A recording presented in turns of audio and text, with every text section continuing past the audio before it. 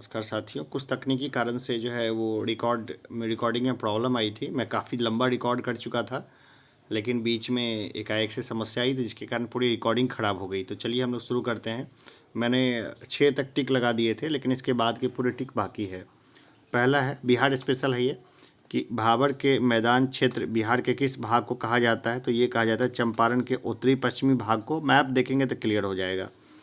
बिहार में उत्तरी गंगा के मैदान में कौन सी मिट्टी नहीं पाई जाती है? तो बलथर मिट्टी नहीं पाई जाती है। बिहार के उत्तरी गंगा के मैदान में कौन सी मिट्टी नहीं पाई जाती है? बलथर मिट्टी है। आगे है तीसरा नंबर है, बिहार के दक्षिणी सीमांतर पहाड़ी क्षेत्रों में किस रंग की मिट्टी पाई जाती है? लाल मिट्टी है, देखा होगा आपने। बिहार के अधिकांश भाग किस मिट्टी से आच्छादित है? तो ये कछाड़ी मिट्टी से अधिकांश भाग जो है आच्छादित है। गंगा के मैदानी भाग की मिट्टियाँ किस प्रकार की है? अपोढ़ मिट्टी है। और गंडक, बागमती, कमला, कोसी एवं महानदी की घाटी के बाढ़ग्रस्त क्षेत्र में किस तरह की मिट्टी पाई जाती है? जो बाढ़ग्रस्त क्षेत्र है ना, वहाँ पर देखिए, वहाँ पे जो मिट्टी पाई जाती है वो जलोढ़ मिट्टी पाई जाती है। भांगड़ जिसको बोलते हैं, भांगड़ या जलोढ़ मिट्टी वहाँ पाई जाती है। गंगा के मैदान की पुरानी कछाड़ी मिट्टी कहलाती है, ये कहलाती है खादर। पुरानी कछाड़ी मिट्टी क्या कहलाती है? खादर कहलाती है। बिहार के कगाड़ी भाग में किस तरह की मिट्टी पाई जाती है? तो ये है दोमट मिट्टी। बिहार के कगाड़ी भाग में दोमट मिट्टी पाई जाती है। भांगड़ मिट्टी का सर्वाधिक विस्तार बिहार में कहाँ है? पूर्णिया और सहरसा में। भांगड़ मिट्टी देखिए आपको पूर्णिया और सहरसा में ज़्यादातर मिलेगी। कांप मिट्टी की प्रधानता बिहार के किस जिले में है? भागलपुर में। कांप मिट्टी की प्रधानता है भागलपुर में। बिहार के किस जिले में दियारा मृदा तथा स्थलाकृति की प्रधानता है? तो ये खगड़िया में। बलथर यानी लाल पीली मिट्टी बिहार में कहाँ पाई जाती है? कैमूर में। कैमूर में पाई जाती है लाल पीली मिट्टी। बिहार के किस जिले में अभड़क मूलक मिट्टी पाई जाती है? नवादा में। नवादा में पाई जाती है अभड़क मूलक मिट्टी। बिहार के किस भाग को भांगड़ मिट्टी का क्षेत्र कहते हैं?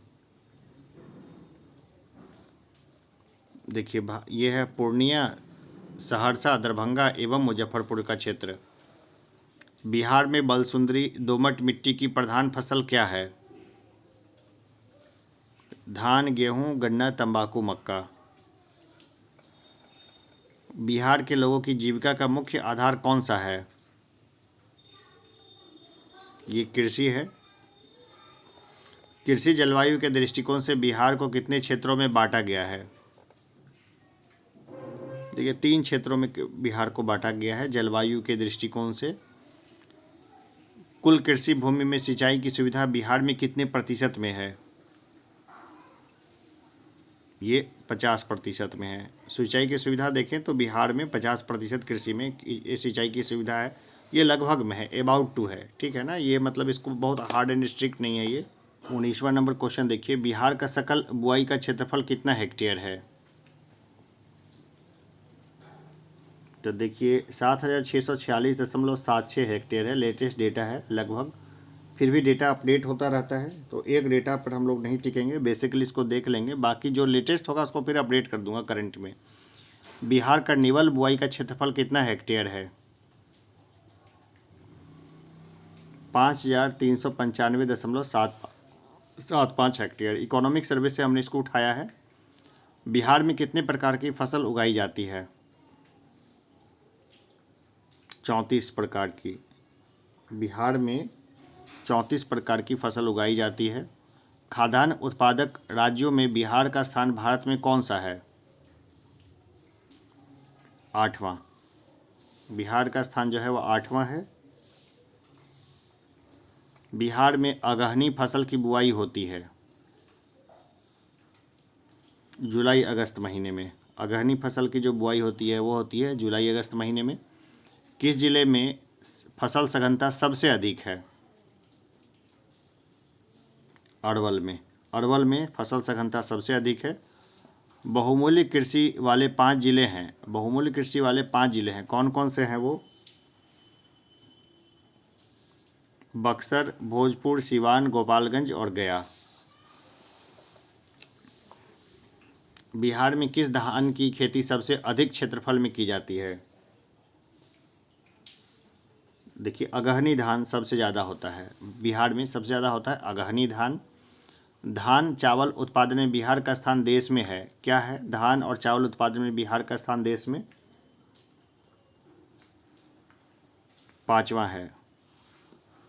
क्षेत्रफल की दृष्टि से चावल का सर्वाधिक उत्पादन वाला जिला है?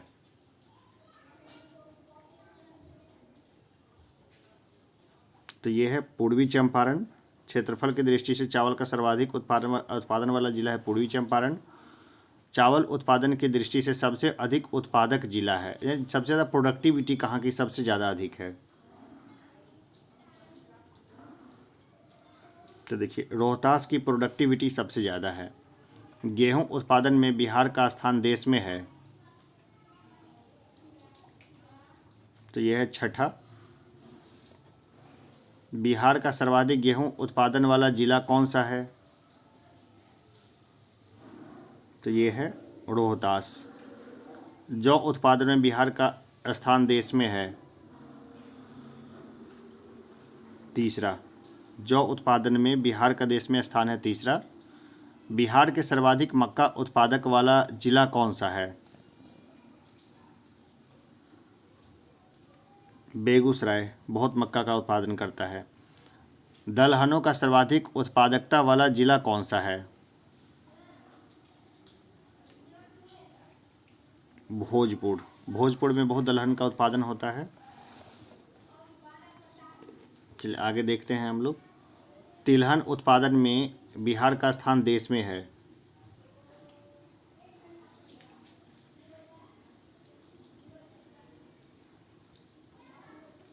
देखिए तिलहन उत्पादन में जो है ना 7वां स्थान है, देखिए है ना, तिलहन उत्पादन में क्या स्थान है उसका? 7वां स्थान है।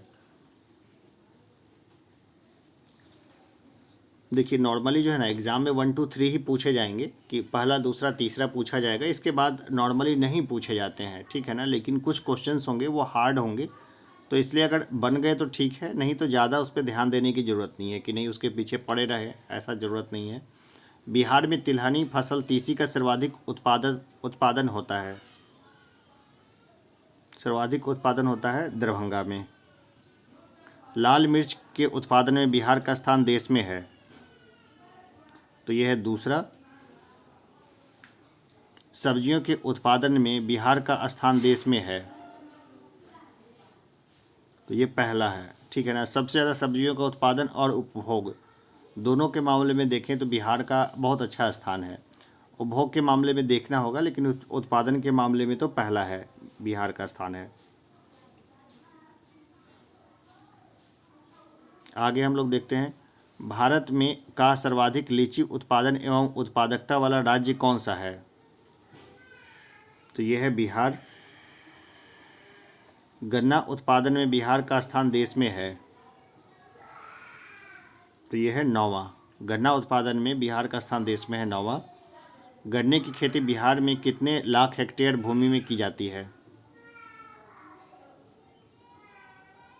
तो ये देखें हम लोग, गन्ना उत्पादन में बिहार का स्थान देश में है 9वां, ठीक है, यहाँ तक तो हमने देखा था। अब आगे आते हैं 41 नंबर क्वेश्चन पे, कि गन्ने की खेती बिहार में कितने लाख हेक्टेयर भूमि में की जाती है? देखिए 1.3 लाख हेक्टेयर भूमि में की जाती है। आंकड़े थोड़े से पुराने हो सकते हैं, वैसे मैंने एकदम एग्जैक्ट ही लिए हैं लगभग। तंबाकू की खेती में बिहार का स्थान देश में है, तो यह है 6ठा, ठीक है ना। तंबाकू उत्पादन में 6ठे स्थान पे है बिहार। बिहार में लगभग कितने हजार टन तंबाकू का उत्पादन होता है? तो ये देखिए 17,000 टन तंबाकू का उत्पादन जो है बिहार में होता है। आगे देखते हैं, जूट उत्पादन में बिहार का स्थान है। जूट उत्पादन में बिहार का क्या स्थान है? तो ये दूसरा। जूट उत्पादन में बिहार का स्थान है दूसरा। बिहार के किस जिले में सर्वाधिक जूट की खेती की जाती है? पूर्णिया में। पूर्णिया में सर्वाधिक जूट की खेती की जाती है। नवीनतम रिपोर्ट के अनुसार बिहार की कुल भूमि का कितना प्रतिशत भूमि बंजर एवं अकृष्य है? तो 4.6% भूमि जो है वो बंजर है, वो अकृष्य है। नवीनतम रिपोर्ट के अनुसार बिहार के किस जिले में सर्वाधिक प्रतिशत भूमि बंजर अकृष्य है? तो यह है बांका में। द्वितीय बिहार कृषि रोड मैप 2012-17 का शुभारंभ कब किया गया था? 3 अक्टूबर 2012 को किया गया था।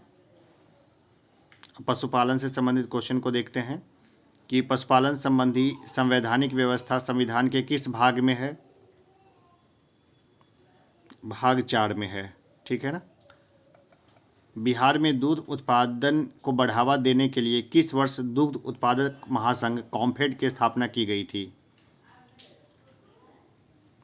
1983 में हुई थी कॉम्फेड की स्थापना। सुधा उसी का जो है ब्रांड नेम है। कॉम्फेड द्वारा किस ब्रांड के नाम से विपणन करती है? सुधा के नाम से। देखिए अभी मैंने जस्ट बताया, नीचे ही था वो। चलिए आगे देखते हैं कि देश में कितने प्रति व्यक्तियों पर एक पशु की उपलब्धता का औसत है? तो ये है 20 व्यक्तियों पर एक पशु है। प्रति कितना है देश में? बिहार में कितने व्यक्तियों पर एक पशु उपलब्ध है? देखिए 30, ठीक है ना। मतलब 30, बिहार में 10 ज़्यादा है, यानी 30 व्यक्ति पर एक पशु उपलब्ध है। बिहार के ग्रामीण क्षेत्रों में कितने प्रति व्यक्तियों के बीच एक गाय बैल पाले जाने का औसत है? तो यह है 5 लोगों में से एक व्यक्ति गाय या बैल पालते हैं। बिहार के लगभग कितने प्रतिशत परिवार गाय पालते हैं? देखिए 35%। बिहार के लगभग जो है 35% परिवार जो है वो गाय को पालते हैं, यानी 100 में से 35 लोग जो है गाय को पालते हैं। खास करके देखिए ग्रामीण क्षेत्रों में हर परिवार में या 1-2 परिवार बीच करके गाय का पालन होता है, लेकिन शहरी क्षेत्रों में ऐसा नहीं है। बिहार के लगभग कितने प्रतिशत परिवार भैंस पालते हैं? तो 20% है ना। 20% परिवार भैंसों का पालन करते हैं। गौ पालन में बिहार का कौन सा जिला सर्वोच्च स्थान पर है? अररिया सर्वोच्च स्थान पर है। भैंस पालन में बिहार का कौन सा जिला सर्वोच्च स्थान पर है? मधेपुरा भैंस पालन में सर्वोच्च स्थान पर है। बकरी पालन में बिहार का कौन सा जिला सर्वोच्च स्थान पर है? तो वो भी अररिया है, ठीक है ना। हम लोग देखते हैं गाय के पालने में और बकरी के पालने में, दोनों को पालने में अररिया जो है वो मतलब सबसे ज़्यादा है।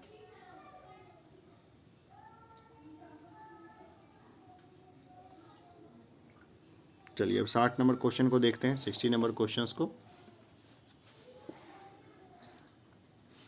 सुअर पालन में बिहार का कौन सा जिला सर्वोच्च स्थान पर है?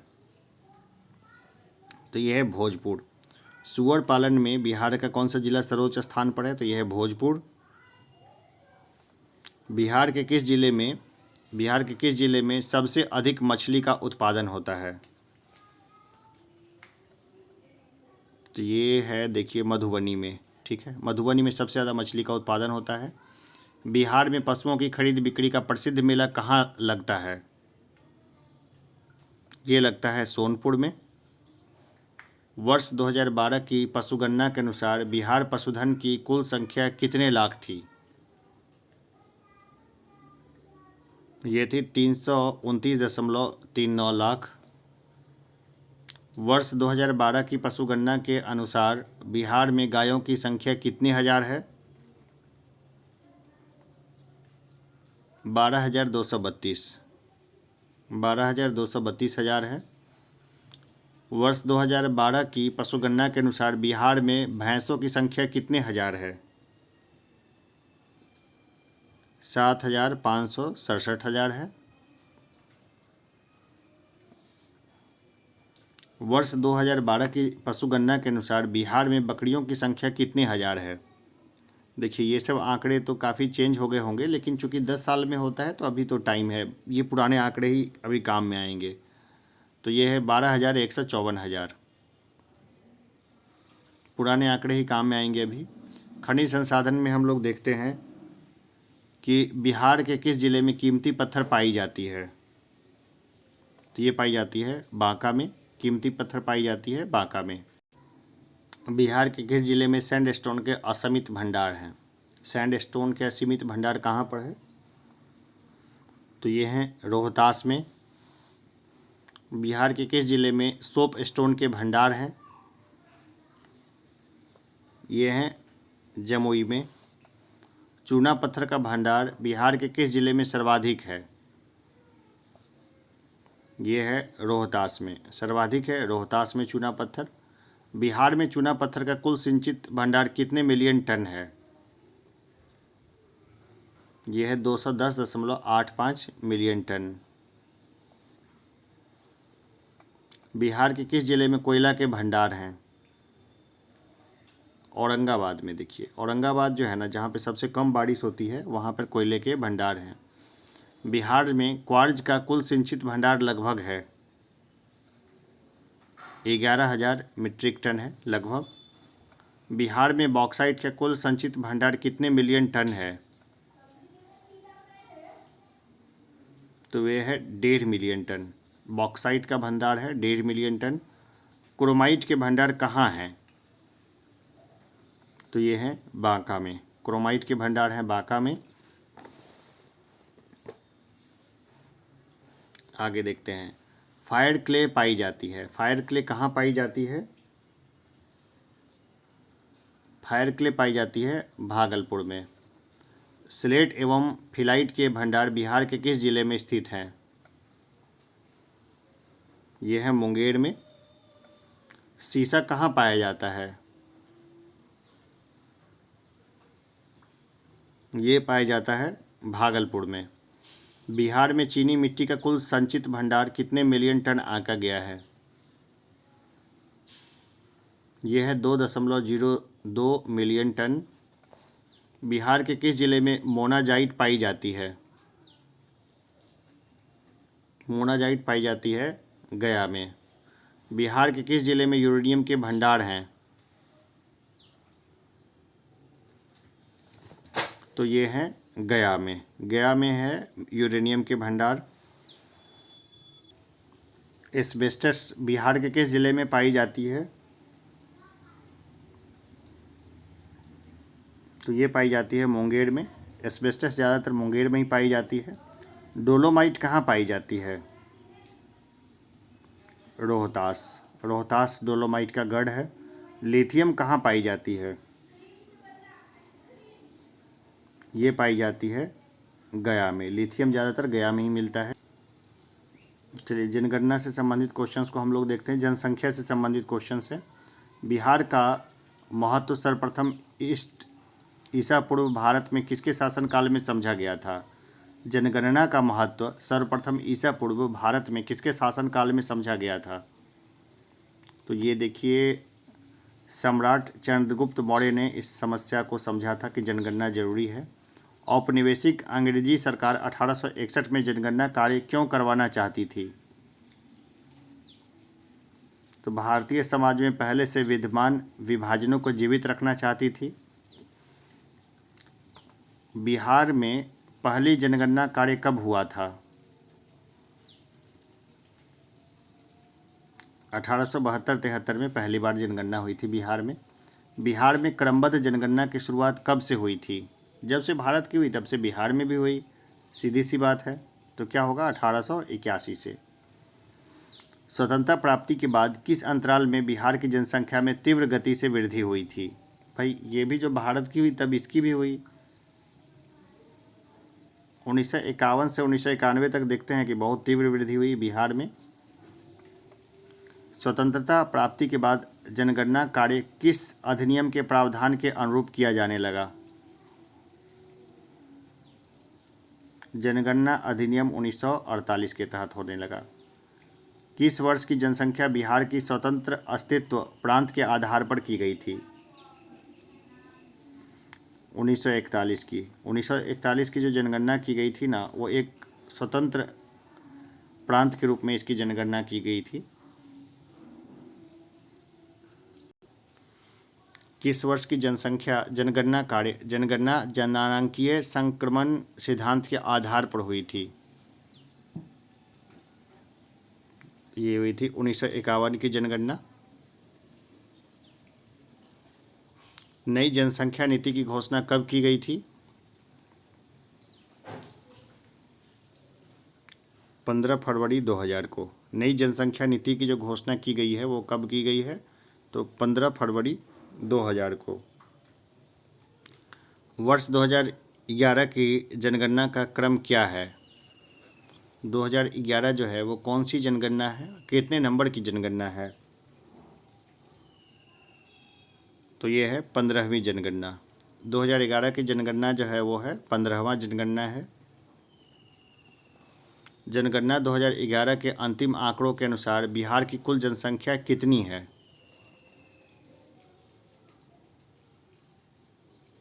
10,40,99,452 है। एकदम एग्जैक्ट डेटा, एकदम ध्यान रखिए। आप देख ही रहे हैं कि एकदम जो उत्तर देगा ना एकदम क्लोज देगा। जनसंख्या के आधार पर बिहार का स्थान देश में क्या है? ये तीसरा है। उत्तर प्रदेश, महाराष्ट्र के बाद तीसरा बिहार है। बिहार की जनसंख्या देश की कुल जनसंख्या की कितनी प्रतिशत है? देखिए 8.60% है। ठीक है ना। ज़मीन तो बस 2 से 3% के बीच में है, लेकिन जनसंख्या 8.60% है। बिहार की कुल जनसंख्या का कितना प्रतिशत जनसंख्या ग्रामीण क्षेत्रों में निवास करती है? तो 88.7% जनसंख्या जो है ग्रामीण क्षेत्र में है। बिहार की कुल जनसंख्या का कितना प्रतिशत जनसंख्या नगरों में निवास करती है? तो ये है 11.3%।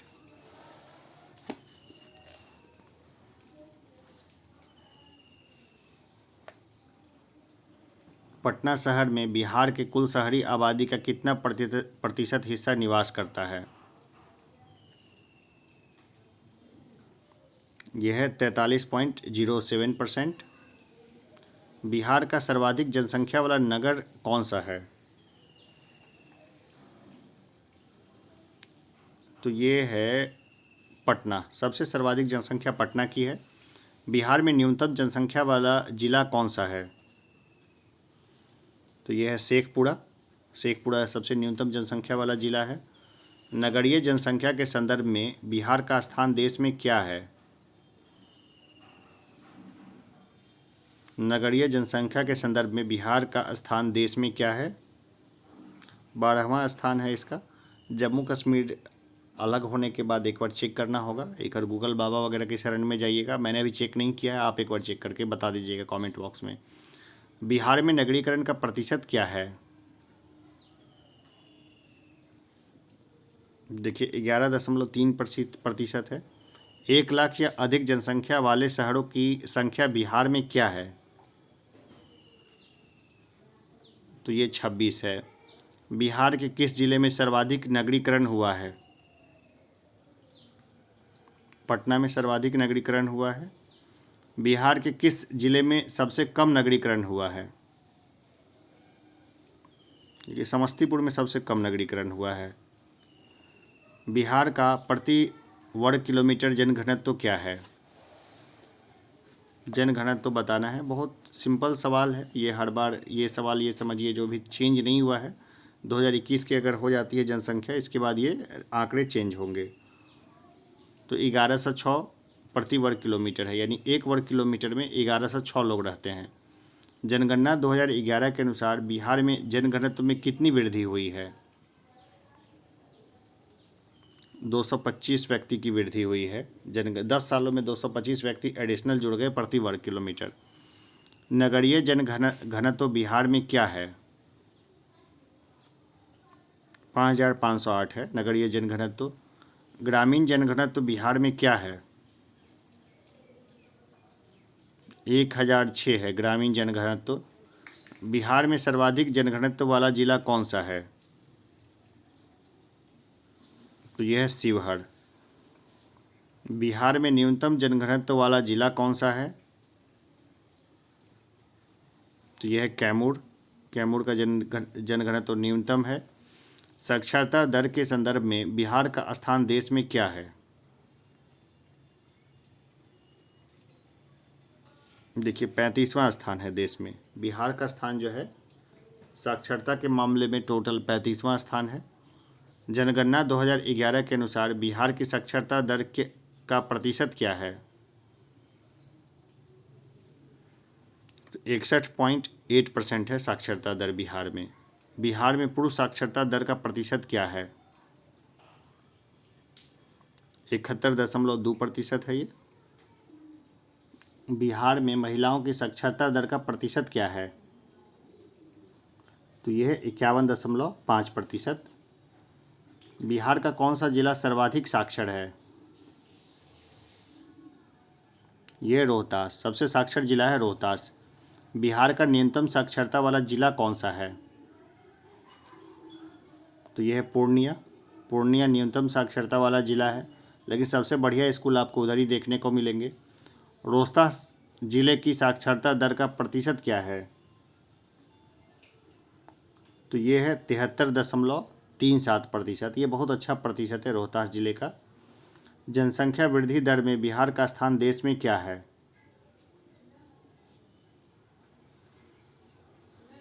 छठा है, ठीक है ना। जनसंख्या वृद्धि दर में बिहार का स्थान देश में क्या है? तो ये छठा है। बिहार की जनसंख्या का दशकीय वृद्धि 2001 से 2011 का प्रतिशत क्या है? तो 25.4% है। बिहार का लिंगानुपात क्या है? तो ये है 918, यानी 1000 पुरुष के ऊपर में 918 महिलाएं हैं। बिहार में नगरीय लिंगानुपात क्या है? 895। नगरीय लिंगानुपात क्या है? तो 895। बिहार में ग्रामीण लिंगानुपात क्या है? तो यह है 921। बिहार का सर्वाधिक लिंगानुपात वाला जिला कौन सा है? सबसे अधिक लिंगानुपात वाला जिला कौन सा है? तो यह है गोपालगंज। यानी यहाँ महिलाओं की स्थिति बहुत अच्छी है, ज़्यादा संख्या में महिलाएं हैं। बिहार का न्यूनतम लिंगानुपात वाला जिला कौन सा है? तो यह है मुंगेर। बिहार में लिंगानुपात में वृद्धि 2001 से 2011 कितनी हुई है? तो देखिए एक वृद्धि हुई है, ठीक है ना। अभी जो बच्चे का जन्म हो रहा है उसमें एक की बढ़ोतरी हुई है। लिंगानुपात में दशकीय परिवर्तन 2001 से 2011 ग्रामीण क्षेत्रों में क्या है? तो ये 5 है, ठीक है ना। लिंगानुपात में दशकीय परिवर्तन 5 हुआ है। लिंगानुपात में दशकीय परिवर्तन 2001 से 2011 नगरीय क्षेत्रों में क्या है? तो ये है 28। जनसंख्या की प्राकृतिक वृद्धि का अंतर क्या है? जन्म दर और मृत्यु दर, ठीक है, यही है। बिहार में कुल कितने अनुसूचित जाति के श्रेणी में आते हैं? कितनी जाति हैं जो अनुसूचित जाति की श्रेणी में आते हैं? तो ये 22 हैं। बिहार की किस जाति को अनुसूचित जाति की श्रेणी से हटा दिया गया है? देखिए भूमिज जो थी ना, भूमिज जाति को अनुसूचित जाति की श्रेणी से हटा दिया गया है। बिहार में अनुसूचित जाति की कुल जनसंख्या क्या है? ये है उनकी कुल जनसंख्या 1,65,67,325। 1,65,67,325 ये जनसंख्या है अनुसूचित जाति की।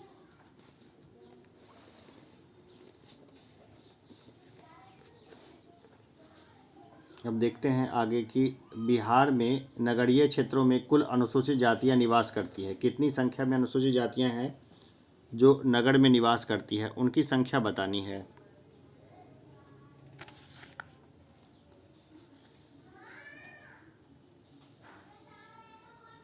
तो देखिए ये है जनसंख्या, इकाई, दहाई, सैकड़ा, हज़ार, 10,000, लाख, 10 लाख, ठीक है ना। यानी 12,23,110 मात्र यही परसेंटेज है अनुसूचित जाति की जो वो नगरों में निवास करते हैं। ज़्यादातर अनुसूचित जाति के जो लोग हैं वो ग्रामीण क्षेत्रों में ही हैं और ग्रामीण क्षेत्रों में ही उनका निवास है। बिहार में के ग्रामीण क्षेत्रों में कुल अनुसूचित जातियां निवास करती है। अब ग्रामीण क्षेत्रों में कितनी निवास करती हैं?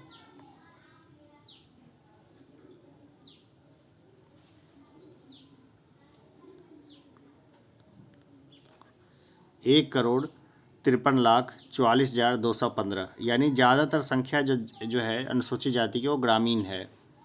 बिहार में अनुसूचित जातियों के पुरुषों की संख्या है।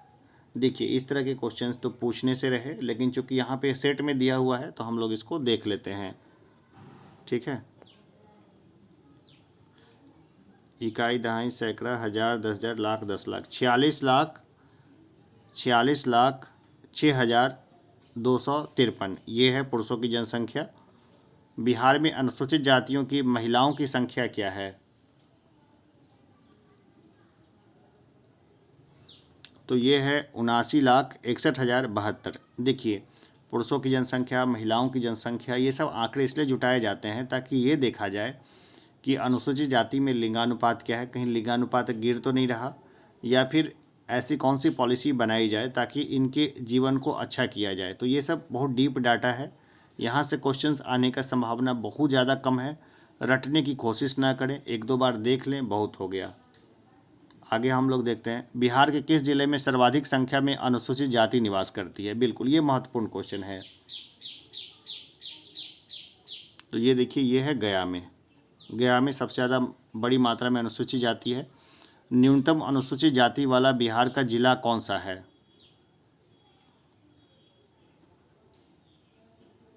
तो ये है किशनगंज।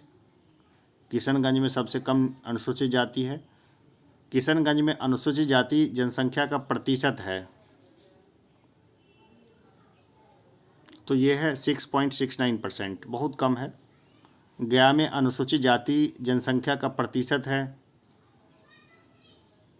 तो यह है 30.39%। अनुसूचित जाति में दशकीय वृद्धि 2001 से 2011 कितना है? देखिए ये वृद्धि रही 27% की, बहुत अच्छी वृद्धि थी ये। बिहार की कुल जनसंख्या में अनुसूचित जाति जनसंख्या का प्रतिशत क्या है? तो ये है 15.9%, लगभग 16% के करीब करीब है। अनुसूचित जाति की जनसंख्या के संदर्भ में बिहार का स्थान देश में क्या है? तो ये तीसरा है।